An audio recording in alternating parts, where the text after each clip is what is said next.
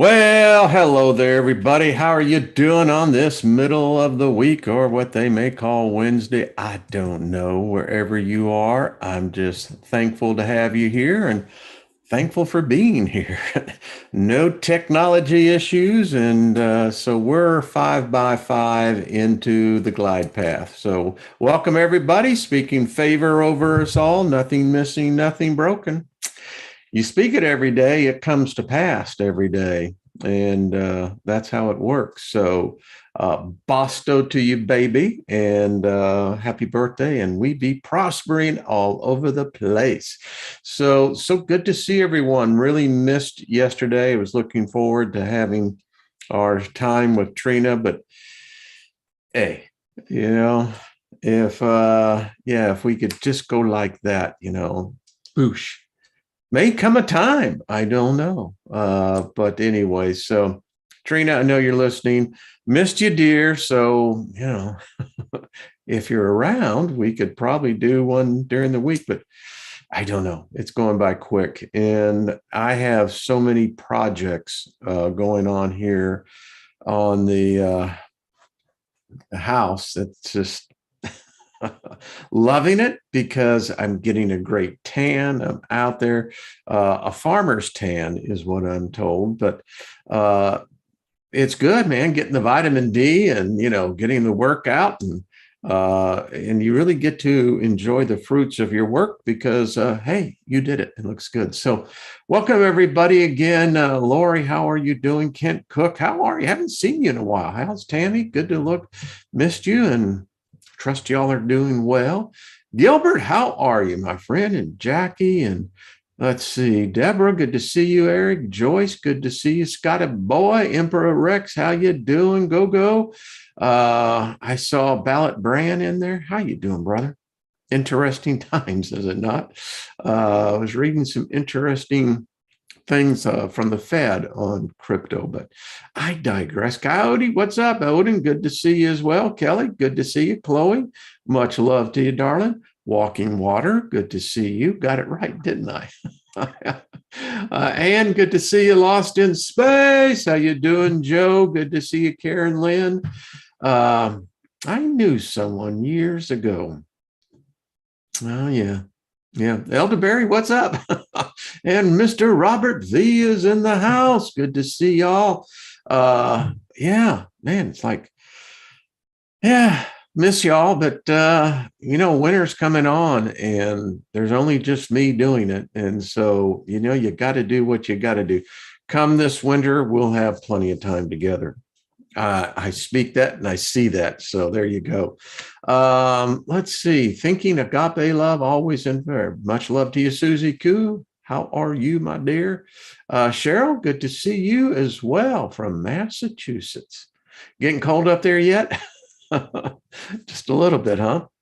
So got a request, a favor, as they would say. Isn't that odd? You ask a person for a favor, which implies that they're going to give you something that you have need of. Interesting. And yet we speak favor over us all. Someone said, well, define favor. Well, there's one way. Anyway, Judy Essler, the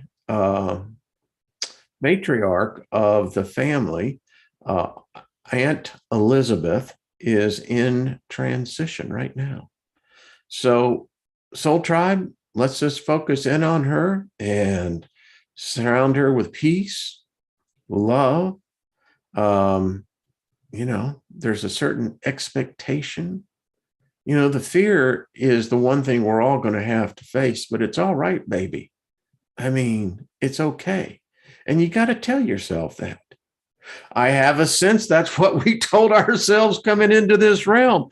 Like, Steiger, it's going to be all right, dude. And you think about it. Death is nothing like birth.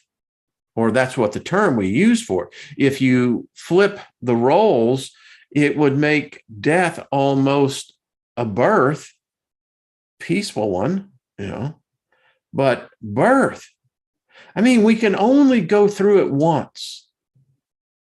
And the enormous forces that are, isn't that interesting? Tied that right in, didn't I? Of pressure. It would break every bone in our body to be birthed again. Now you got those that do the C-section. I get that, but the vast majority of us come through the veil, the blood veil, and it hurts. I think it's why we cry. Most of us, it's like, damn, man, I made it through, but son of a bitch, I mean, I have no doubts it's probably what we're thinking. And I get it, it's all getting in the new car and has a new car smell to it, the new body. And, we go through the routine of acclimating. But Aunt Elizabeth, we just send you love. We surround you with joy. You have loved ones there. And I can tell you, in meditating today, you have many, many friends that are waiting. They're excited. And I have a sense that you're already sensing them, if not already in their presence. So there we go. David Barry, how you doing, brother? Good to see you. John Price, how are you doing? It's alive. Yeah. Regina, good to see you, my dear, as well. So, yeah, interesting. So the theme on, and we've got a lot to cover because there's a lot going on. I still marvel of acclimating to my new surroundings and realize that, wow.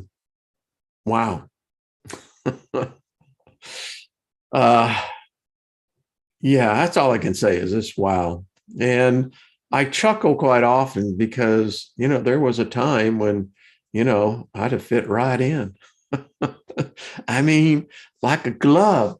If the glove don't fit, you can't convict, right? Isn't that what it says? But it fits like a glove, right? Hey, go, good to see you. And Zulu 69, greetings to you. And I just shake my head. We're in a world of a lot of change, no doubt about it. Lots changing. I don't know if it's for the better, for the good. I know the future that they have programmed, and they're doing everything. Excuse me, folks.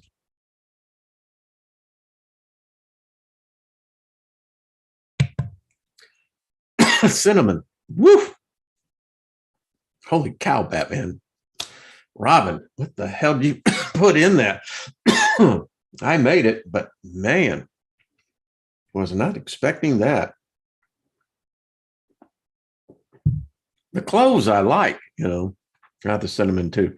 But I mean, you've got NATO practicing nuclear exchanges. You got Russia, you got China. I mean, folks, we don't have the access to that, but there hopefully there are humans that do.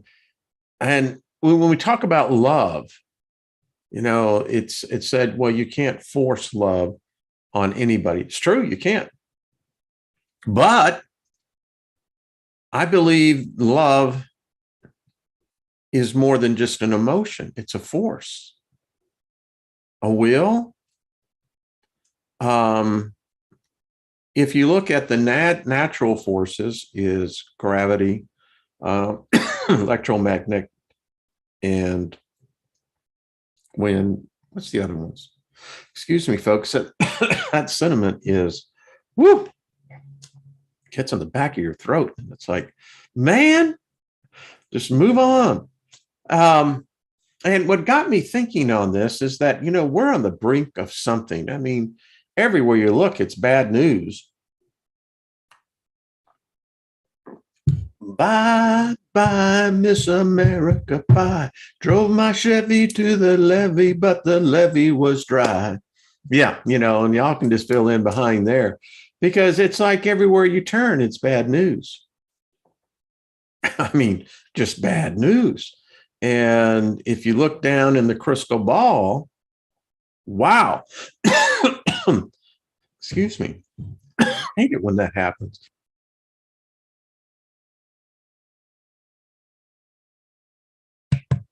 Note to self, lighten up on that ingredient. Woof.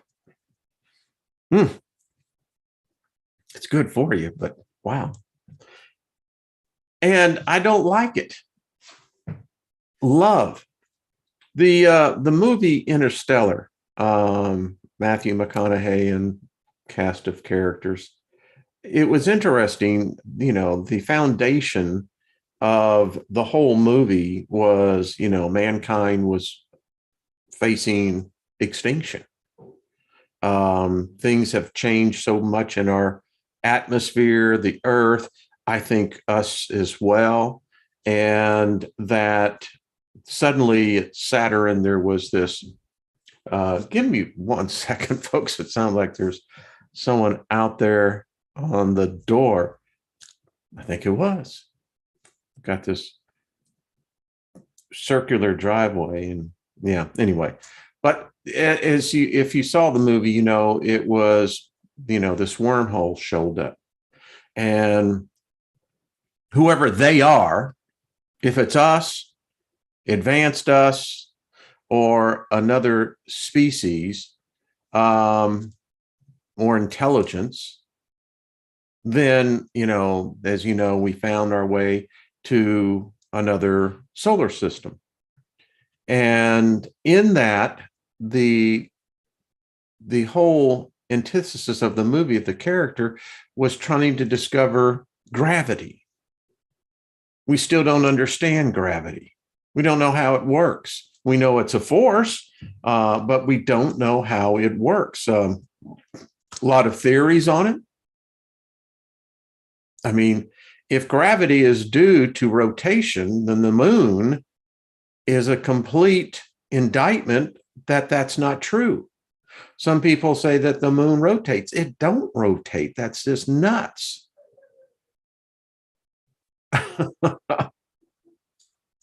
Hold on 1 second, folks, please.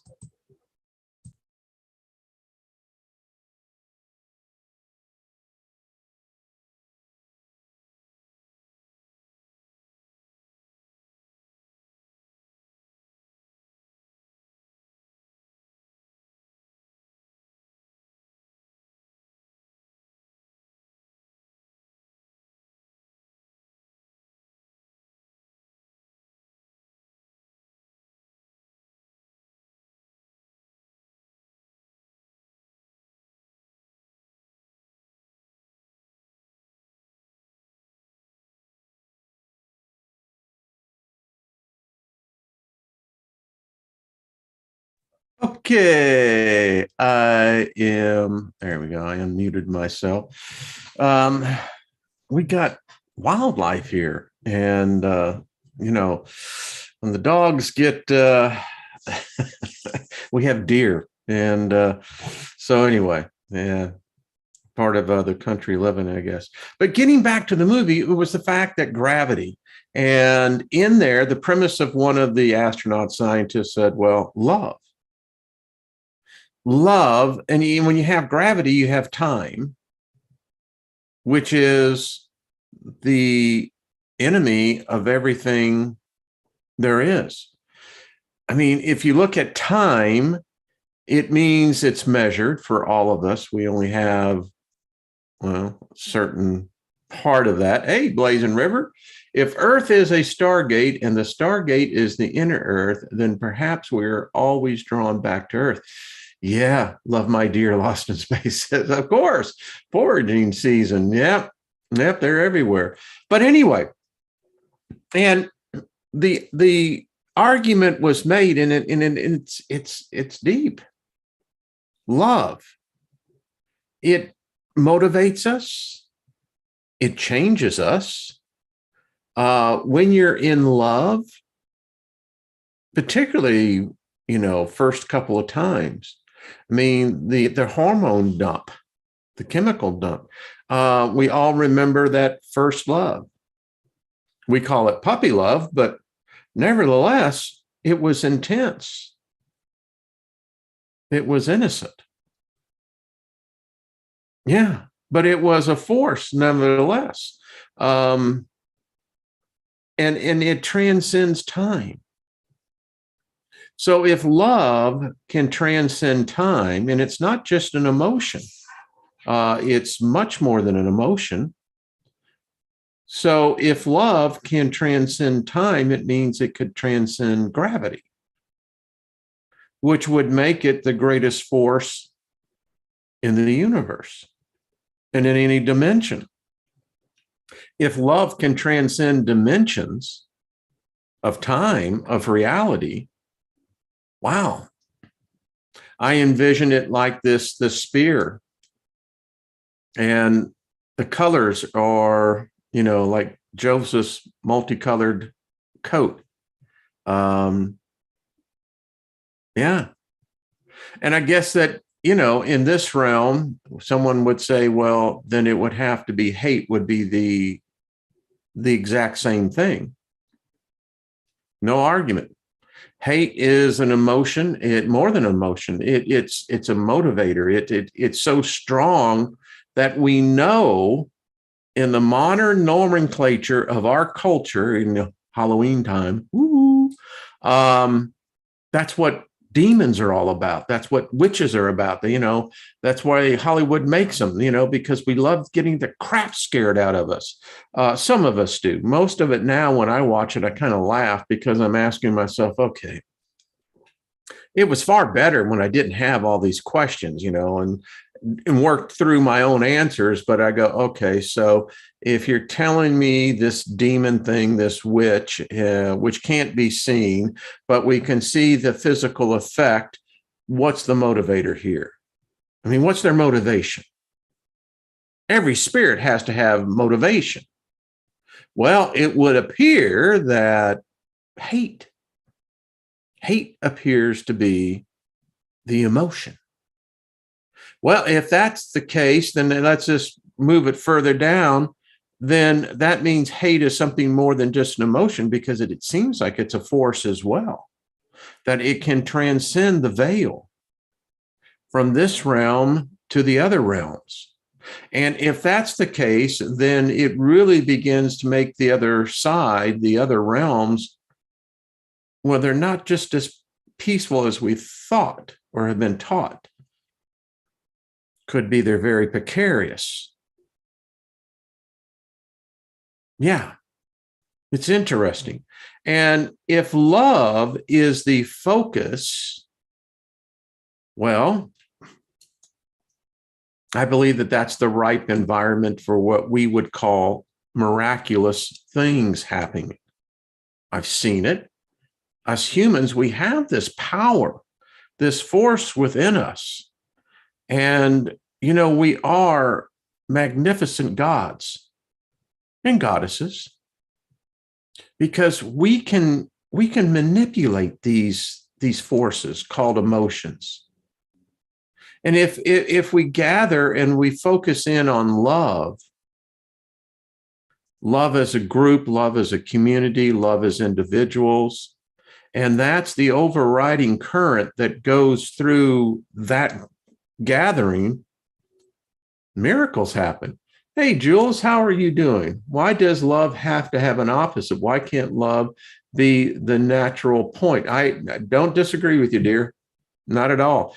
But evidence would say and show that that's not how it is here. I mean, I guess if you were within the bubble of, that love, then love would probably be a neutralizing force on everything that opposed it. I'm sitting here going, all right, so put that in the equation and, Steiger reverse it. So how does that affect hate? Well, maybe in the other realms, they repel each other. And I'm just thinking here, sitting around the, I am, how you doing? Good to see you. Oh,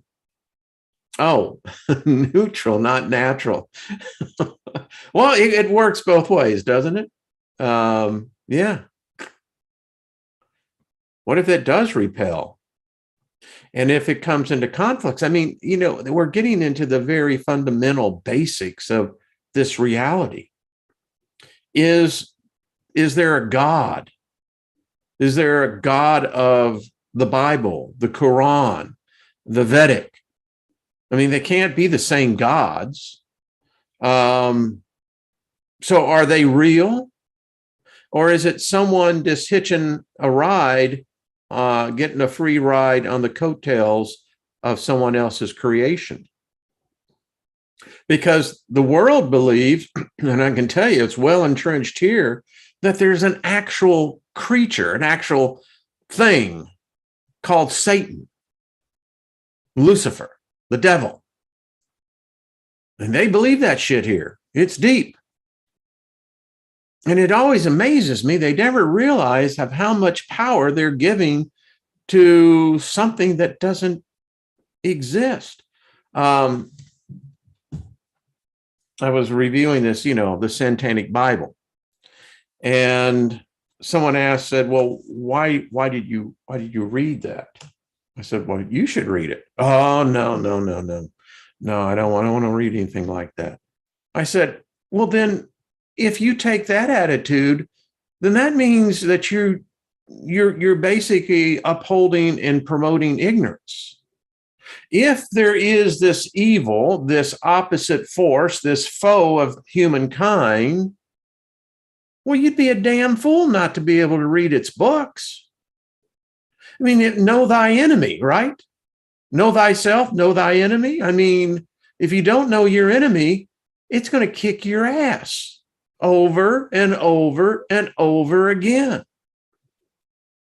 But if you study your enemy, learn your enemy, learn the ways of your enemy, then the art of war really does come into play. You've matched your enemy. You faced your enemy. You know your enemy. I don't get it. I mean, why wouldn't you want to read it? That's why we read the books here that we do. I mean, it's knowledge. Yeah, sitting here just going, and the thing about it is that the narrative is so much more easier to go with because everybody is flowing in that direction. It's when you are the obstacle in the river, and then all of a sudden there's currents built around you because you're an unmovable force that doesn't go with the flow. Then you begin to find out what a pain in the ass you really are. Hey, Scott, what's up? Good day from Australia, my friend. It must be early there. So good to see you. Natural news, no man, no cry. That's interesting. I don't know what that is. I picked up right there. But the point is, again, if you're going to be that obstinate individual who says, then you got to expect that, the forces will be going against you. Why? Because you stand as a resistor, saying, no, if these beings, and I have no doubt they do exist in certain realms, we created them. It's what we're good at. Isby, what's up? Good to see you. Yeah, Karen Lynn, it's so true. I mean, I remember sitting in church, I mean, people love pity, the pity parties. And they do it under the guise of testimonies. And you hear people that come up there, I need prayer. The devil's kicking my ass. Every time, I mean, the washing machine, and then it was the car, and then it was this. And, I just need that touch from God. Could you please pray for me, brother and sister? Because I've been fighting the devil, and I'm going, now I go, really? Well, how do you know you're fighting him? You don't read anything about them. You only get one particular small point of view.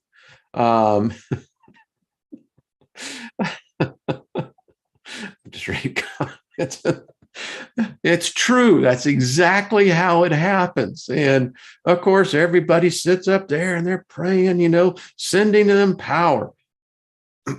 So, all right. So that in that setting, it's fine. It's perfectly legit, right? But if we use it in our own setting, our own occult, meaning the hidden knowledge, the logos, that's what it is. Isn't that what the other cat says in the beginning? The word was with God. The word meaning logos. It means enlightenment, shedding light upon knowledge. Odd that isn't that what the occult is bringing not light to the knowledge, right? Bringing it out.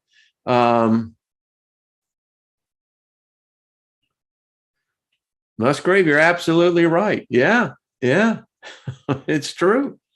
And, it was amazing to me because in these religions, the antithesis of the good guy is, wow. And if you want to go even further up that, you go, okay, so if there is a reality where this does exist, wow. How freaking messed up is that? We've talked about this. It's just like, doesn't make sense. So this thing with love, so absolute love casteth out fear. Isn't that what it says? I believe it does. So if I have absolute love, well, now we got to define, well, what is love? Well, I have a placard back there that one of the best expressions I have found was 1 Corinthians 13, 4-8. It's a very deep, and if you read the Greek translating, it's kind of really tells you what this force of love is. The problem I found is that I couldn't find it in Christianity. I couldn't find it in any religion. There is no such thing as a God of love. Because if it did exist, then perfect love casteth out fear. Well, then how could you have fear of this God who's going to get there and punish you and either going to say you're going to go to heaven, you're going to go to hell? Well, wait a minute. That's the whole foundation of fear then. So what the hell are we doing here? I mean, I contend we don't know what love really is. And I didn't find it. Got a lot of songs in my head that I could come out and think on. Aphrodite, Rose, Starfire, good to see you. Welcome. But yeah. What did that say? Well, that's rude. We don't like that kind of talk here. One of moderators, just put that person out to pasture. It's the best way to say, thank you. You're welcome to your opinion, but that ain't love. So, and if give me 1 second, folks. Thank you, David Barry. I hope I'm still live. There we are. And David, if she comes back in, then just block her. I mean, it's interesting. There was an example. When someone comes in, what's the motivation there? Hate? I mean, because there's nothing edifying when you're out there tearing things down. How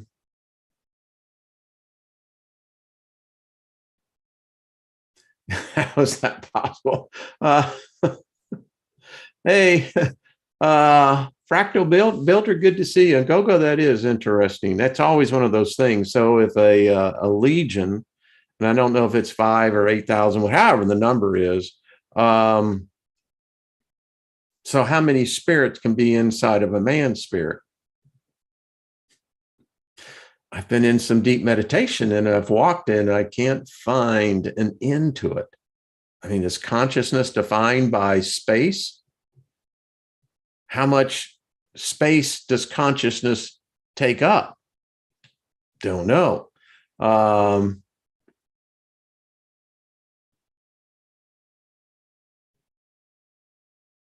Yeah, that's true. Yeah, Jeffrey, I love his take on that. We'll be getting together. I owe him lots of emails. I owe a lot of people emails, but hey, you got to do when the work has got to do. But anyway, you may disagree, but no name calling. I like that. Yeah, I mean, difference of ideas, opinions. I mean, that's how you make progress, but you don't do this by coming in and being derogatory. Joyce says the word love was the distinguisher of Christ, God of Israel. Never proved. Yeah. I mean, listen, hey, Power Lady, good to see you. We've talked about this. I mean, it's interesting because, you have mainstream belief systems to where the practice of drinking blood as a pseudonym or metaphor for a sacrifice, and then eating the flesh as a that's I don't care what anyone says, that's messed up, man. That's just messed up. And it's difficult for me now to look in, project onto the other side, because if that's the reality, then we're involved in a war that we're just mere victims. I mean, it makes life meaningless. It does.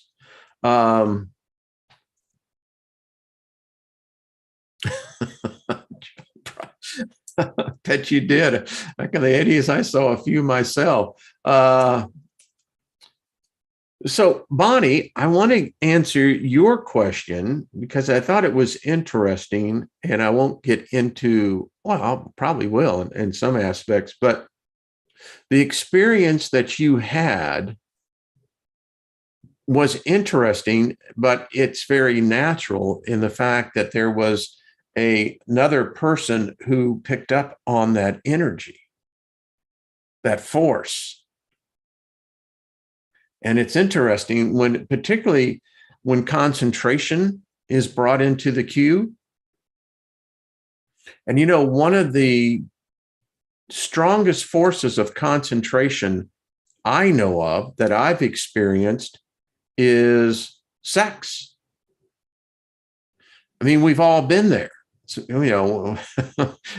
some more than others, and however it is. But the point is, it requires a great deal of concentration. And if I've been in many motivational speakers in my day, and I've listened to them, and it's interesting, from Zig Ziglar all the way to Norman Vincent Peale to others, that, the practice of visualization aids in concentration. But the thing, because I don't know, maybe it was considered to be uncouth, don't discuss such things in, mixed company, but we have to realize that we're adults and we're humans, and part of the animal kingdom is the drive for reproduction. And that is what makes a species viable.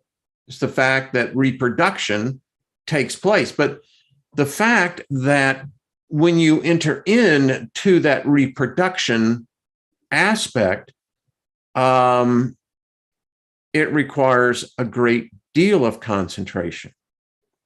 Now, if you could transpose the moment of where achieving, where coitus is concerned, and particularly in achieving an orgasm, if that could be brought into any situation that you have desire of, that concentration, and let's just say it was another individual, that you may be concentrating that essence and put that individual into the center of that, surrounded by that essence of what we were just talking about, they're going to pick up your thoughts. They're definitely going to pick up your emotions. Yeah. Lori, that is so true. But yet, Lori, I contend, and there are many, many women here. Thank you all. You're all beautiful. But guys, not so much, but women will typically, at that moment of coitus, will in fact call out to God. Oh my God. Now, I don't think they're really calling out to a God out there. I think they're speaking to themselves. Oh my God. Would make sense. When Harry met Sally, I mean, we all love that scene in the kosher restaurant. By the way, I've eaten in there. But yeah, oh God, oh God, oh God.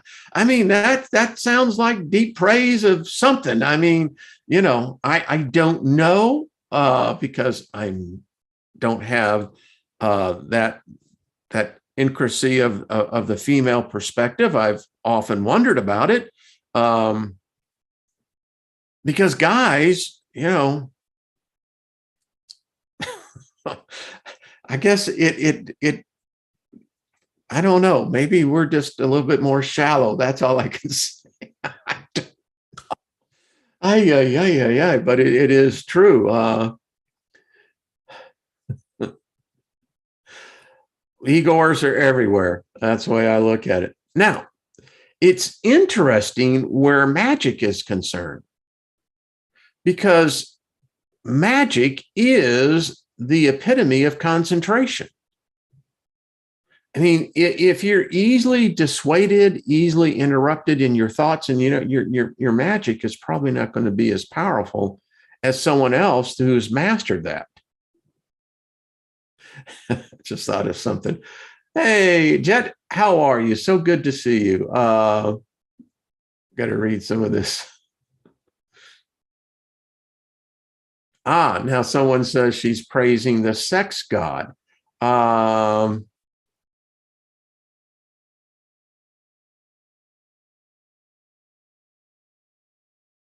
That is, Susie Q, very interesting. I say we just block that, and someone who, if they've hacked her account, we would certainly welcome her back in. That was this one. So, and it's so interesting. Someone brought this up because I was going to wait to see if how do you bring this up. So the sex god. Now, I found this interesting.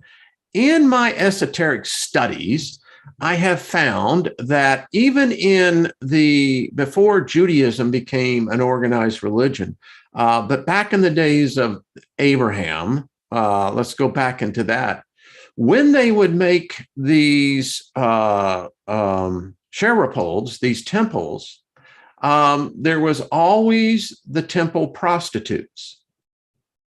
And it's interesting, it's still practiced today. And I found this great book here. I mean, it's a short paper that an individual wrote, but it said, The Temple of Ascending Plane. Listen, the four angels of prostitution. These workings were designed for the Open Project in April of 2016. It said, this series of workings is centered on Lilith, Naamah, Agrat Bat Mahat, and Isha Zunium, demon goddess of sacred prostitution, their sexual gnosis, and their initiatorial role on the path of the Ophrah. I think I said that right. Yeah, Ophrah. Their purpose is to introduce the practitioner to the archetype of the dark feminine as it is revealed through the gnosis of Lilith and her demonic sisters, and show how sacred sexuality can be used in a practical way on the path of the night side. Perfect time, isn't it? All Hallows Eve coming up. The workings involve the use of blood and sexual fluids. Therefore, they are not suitable for the audience under 18 years of age. Now, I'm not going to get into that because discretion is the better part of valor. But there is so much evidence that these fluids are highly charged. And if you know what they actually can do, they will open up doors. I'll read just the next paragraph because it doesn't get into explicitity. The Four Angels of Prostitution is a title attributed to the Kabbalistic lore of Lilith, Naamal, Agribat, Malat, and the Eshthar Zenium. They are described as the succubus, demonic entities inciting erotic dreams and stealing semen from sleeping men for the purpose of breeding demons and evil spirits. Now, got to stop right there, because what this is implying, that within the semen, that this has the power to generate life, not just human life. And it would hold true in any part of the animal kingdom. So we know that much of the lore of Lilith and her entities, the succubi and the incubus, is that this is what they do.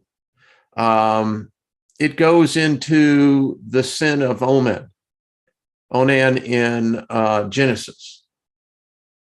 You know, Onan spilt his seed, and it was considered to be sin against God. Well, what people don't understand is that there's more to that than what is modern interpretation has attributed that to. The only sin here was the fact that he was required under their cultural beliefs to basically impregnate his brother's wife, and the brother had died. And it would have been the way to carry on his brother's lineage. Yeah, a little bit off, but yet that's what it is. They all also believed in the partners of Samael and the Prince of Darkness and the ruler of the Olithith. Wow. So now we got the Prince of Darkness involved here. Well, we know that that can't be Lucifer, because Lucifer is called the morning star. Lucifer brings the light of knowledge. That's what the morning star does. That's why it's also attributed to the returning Christ. So the Prince of Darkness. Now, who is this character? I did a whole thing on this one because it's very difficult to nail who the Prince of Darkness is. Is it Satan? Don't think so. Hard to say. The kingdom of shells. They reside on the border of dreaming and waking, at the gate between the physical world of manifestation and the astral plane, where they introduce the traveler of the night side into mysteries of their sexual gnosis. And it is through this interpretation that they are approached in this work. Oh, come on, folks. I mean, this is interesting knowledge. I mean, you don't find it at the corner, you know, some guy saying, hey, I'll teach you about the sexual gnosis of how you can interact and open gates. And, oh, wow. Well, that's because that's exactly what happens in that moment of coitus. It says all four goddesses, however, have many masks and manifestations that can be worked with. And from a broader perspective, their teachings embrace much more than just sexual gnosis. Lilith herself is not merely a succubus, but the powerful queen of the Olithith, ruling all the shells of the Sitra Ara. And her masks and incarnations are countless, from the serpent in the Garden of Eden to the embodiment of death itself. Therefore, it would be wrong to assume that by knowing one of these masks, we already know her as a goddess. Her gnosis is complex, And in this project, we will only work with one of her many manifestations. The other three goddesses, described as angels of prostitution, have other masks as well and can be encountered throughout the whole dark tree. The Eshrath Zunium is met both in the realm of Gamel and Satrael, but their nature is less complex, and they are often viewed as forms of Lilith rather than beings in their own right. In these workings, we will approach them as both the mask of Lilith, who is viewed as the binding God form of the whole project, the personification of the dark goddess, and separate initiatory forces, each of them representing a different aspect of sexual gnosis. By the term dark goddess, we will refer here to the feminine current in the Oliphath that in the work of the temple is embodied by Lilith, the whole who rules the whole dark tree, together with Samael, Lucifer, both acting as the leading initiatory forces on the path of the dragon. Wow. I love covering this stuff. I mean, I read this and I'm going, I don't know if any of this is real. I don't know if it's, if in fact it is. But it's kind of like this. If I was going to Paris, France, I would definitely brush up on the customs, what is the laws, those type of things. And we're all going to pass on from this thing called the physical third dimension, the density of matter. The question is, into what? Now, if this knowledge has existed for how many tens of thousands of years, maybe longer, why is it held back? It's not taught in our schools, even under, the thing of, religious studies. No, you'll get inundated and drugged down into the pulpit, as Laverne likes to say, pull you into the pit of one aspect, the monotheism. That's why I love this shirt, polytheism. Why just have one imaginary friend? And so I just found this interesting. If you want it, be more than happy to send it to you. This is good. I'll get into the next one. I said I'll stop, but it's interesting. Within the angels of prostitution, the paradigm, all four goddesses are viewed as sisters and manifestations of the dark goddess. The whole kingdom of the Oliphath is, in this sense, constitutes the body of the dark goddess, with Lilith, the Malkuth, being her vulva, Gamel, her womb, and the tunnel of, and I think that is Fat and Flakthith, the passage between them. There we encounter the four angels. Nehemoth greets the traveler at the gate of the Oliphath, opening the passage to the astral garden of Gamel and initiating the path of sacred sexuality. Agrit leads us through the tunnel of the Fat and Flakthith into the body of the dark goddess. She is called the roof dancer because she resides on the border of the worlds, physical and astral, sleeping and waking, conscious and unconscious, helping the traveler to pass through the gate and enter the Satra Afra. The Ishoth Zinium completes the package, letting the traveler drink the blood of the dark goddess, the wine of the Sabbat, from her unholy grail, which poisons the mundane senses and opens consciousness for the experience of the other side. Finally, Lilith is viewed in this paradigm as the embodiment of the dark goddess and the presiding force of the whole process, All these initiations occur through sexual gnosis, as sex is the most natural way to approach the current of the dark feminine. Maybe why you ladies call out to God, or you know, we don't. It's not that God. Don't even think that. Yeah, you know. But you get my point. If you want this, I'll send it to you.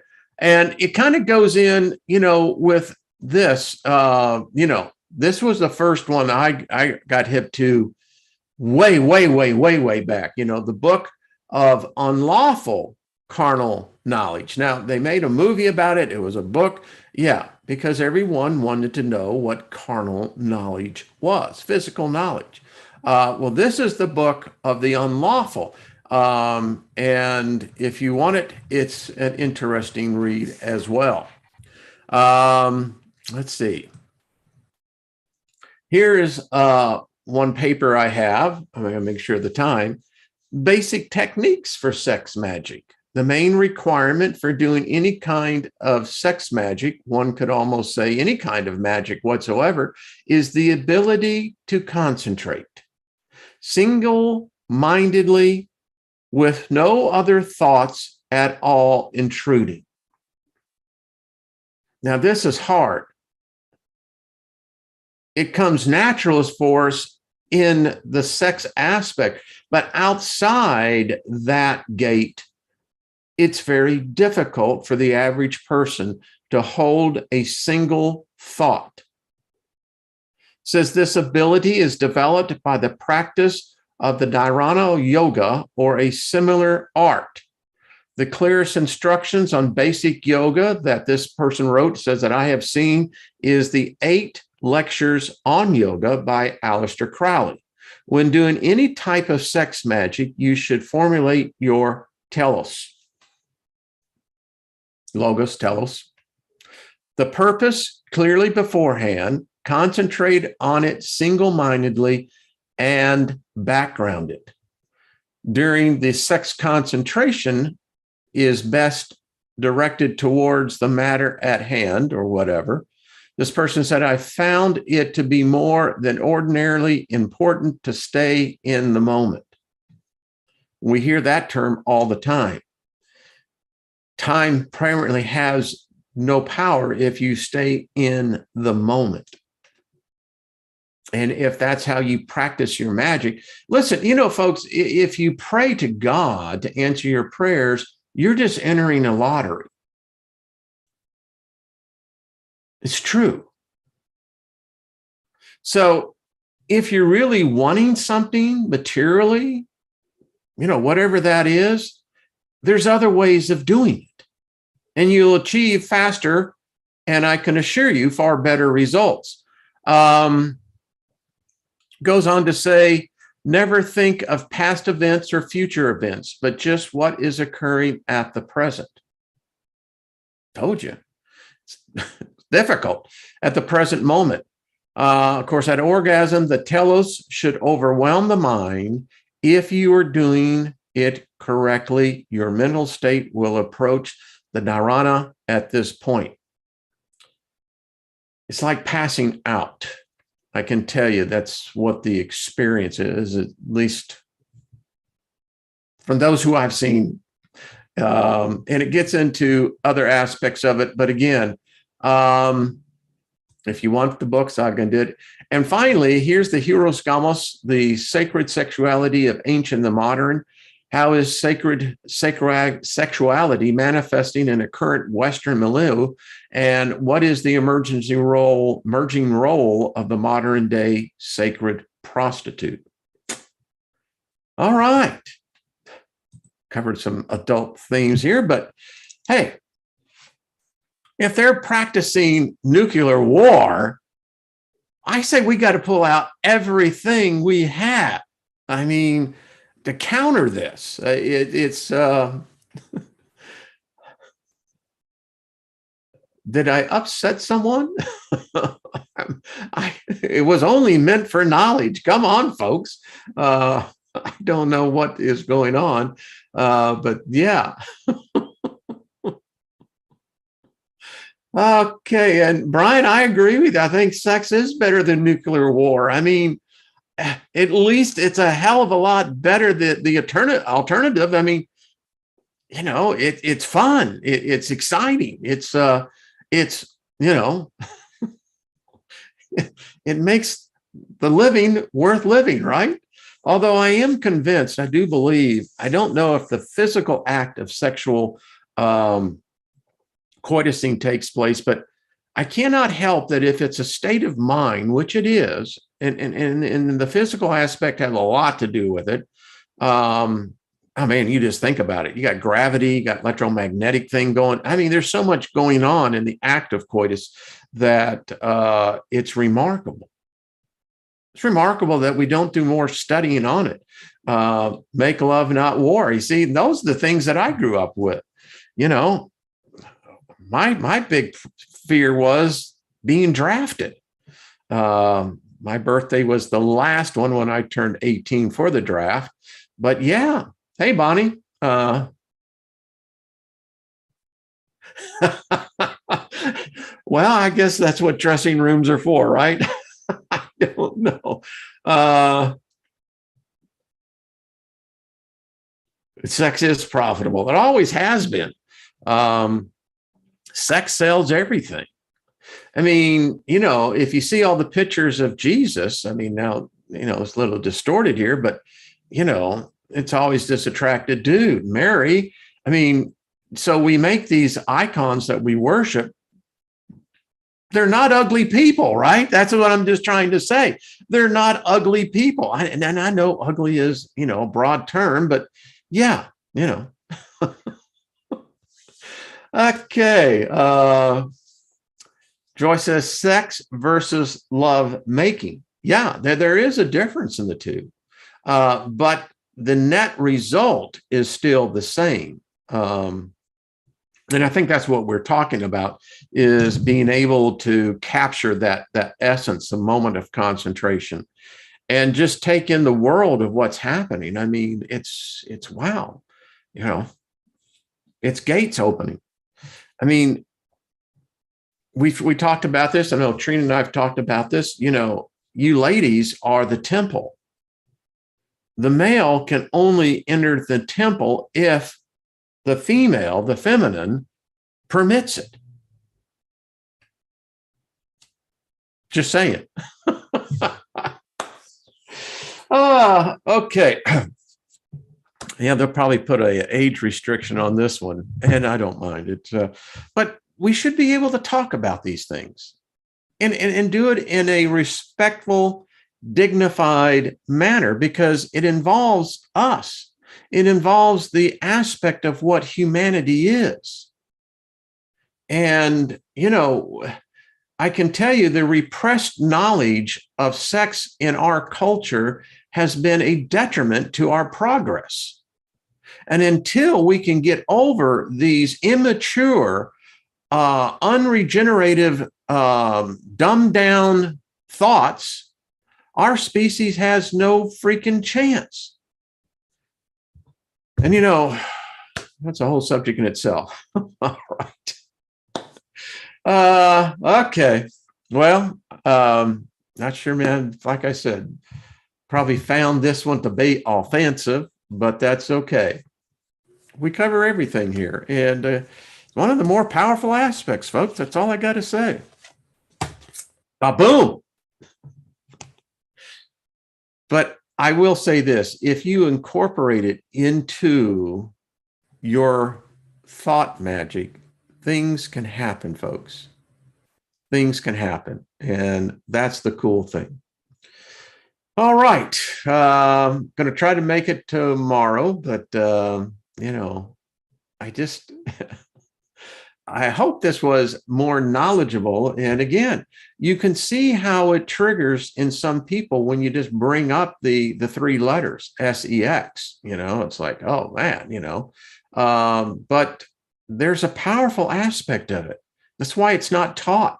That's why it's not spoken of. I mean, there's an aspect of witchcraft and other things, casting of spells and what have you. But if you don't have the knowledge of sex magic, you don't have a firm understanding about what I'm really talking about, you're still in the dark. That's all I got to tell you. And, bring all your religious views to me. I'll be more than happy to address them. We've got to start doing things differently. Because, again, the straights out there, they're planning something that none of us want. None of us, period. Nuclear war is unacceptable. War is unacceptable, but our species seems to be quite enthralled with it. But no way, nuclear war, this is crazy. And the fact that they're doing military exercises now, have we lost our freaking minds as a species? Folks, whatever God may be attached to the sex or goddess, which is more likely, it's no God, no masculine can ever exist without the dominant feminine. The feminine is the creation. We're just the wood. So, and remember, you should study about how did they get to understand these fluids? Where did that come from? How is that even possible? I had a whole presentation on semen. It's incredible. I mean, if you really get into this, it will your mind. Okay. When you can prevent his forest fires, Joyce, I love that. Yeah, Eric, Elderbear, I'm right there with you. Yeah, we've got to find something. We got to find something better. All right, thanks for hitting the like button, folks, and smile. Seriously, just smile. It's better than frowning. And if you don't have anything good to say, just don't say it. Yeah. Right. But if you have something good to say, shout it. That's what I got to say. All right. We're on a big submarine. Yeah, and it's yellow. That's what I'm telling you, Scotty boy. It's yellow. All right.